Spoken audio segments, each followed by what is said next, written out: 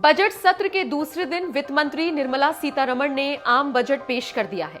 सबसे पहले सीतारमण ने राष्ट्रपति रामनाथ कोविंद से मुलाकात की और उसके बाद लोकसभा में बजट पेश करने के लिए पहुंची। बजट पेश करने से पहले वित्त मंत्री ने कोरोना काल को लेकर बात की और कहा कि हम मजबूत स्थिति में हैं और अर्थव्यवस्था को तेजी से मजबूत करने के लिए आगे बढ़ रहे हैं। वित्त मंत्री ने कहा कि साल 2014 के बाद से ही हर नागरिक को मजबूत करने के लिए काम किया गया है। चलिए बिना देर किए आपको इस बजट की खास बातें बताते हैं। किसानों के लिए ऐलान। किसानों को डिजिटल और हाईटेक सर्विस पहुंचाई जा सके, इस तरफ काम होगा। ऑर्गेनिक खेती को बढ़ावा दिया जाएगा।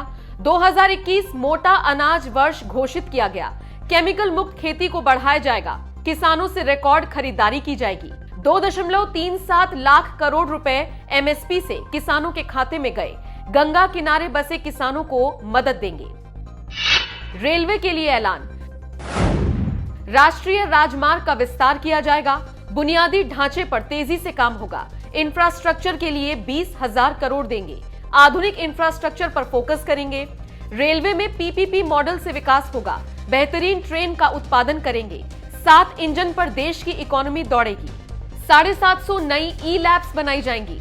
130 लाख एमएसएमई को अतिरिक्त कर्ज दिया जाएगा। कृषि यूनिवर्सिटी का विस्तार किया जाएगा। भारत में गरीबी मिटाने की कोशिश होगी। पीपीपी मॉडल के जरिए रेलवे के गुड्स सेक्टर का विस्तार होगा। विदेश से आने वाली मशीनें सस्ती होंगी। खेती के उपकरण सस्ते होंगे। चुनावी राज्यों के लिए ऐलान। 60 लाख नई नौकरियां मिलेंगी। गरीबी मिटाने की कोशिश। 30 लाख अतिरिक्त नौकरियां देने की क्षमता। साल 2022-23 तक 80 लाख घर बनाए जाएंगे। 80 लाख घरों के लिए 48,000 करोड़ आवंटित। महंगाई घटाने के लिए खाने के तेल पर ध्यान देंगे। छात्रों के लिए ऐलान। स्कूलों में हर क्लास में टीवी लगेगा। 1 क्लास 1 चैनल के जरिए शिक्षा। इलेक्ट्रिक गाड़ियों को बढ़ाया जाएगा।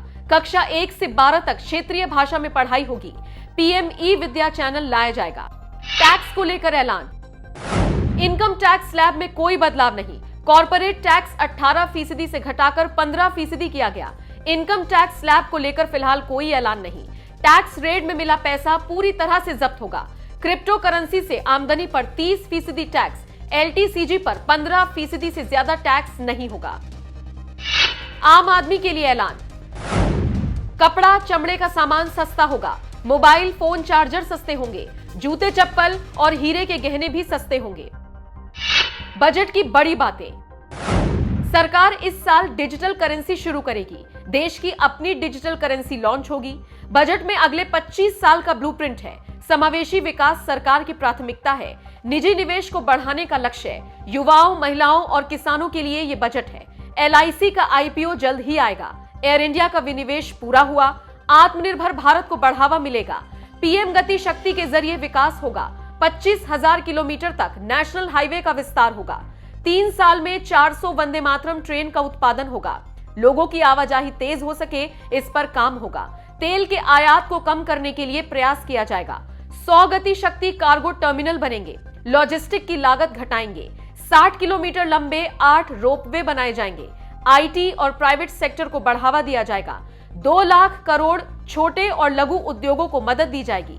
5 बड़ी नदियों को जोड़ने की योजना। 2022-23 में 60 किलोमीटर रोपवे के ठेके दिए जाएंगे।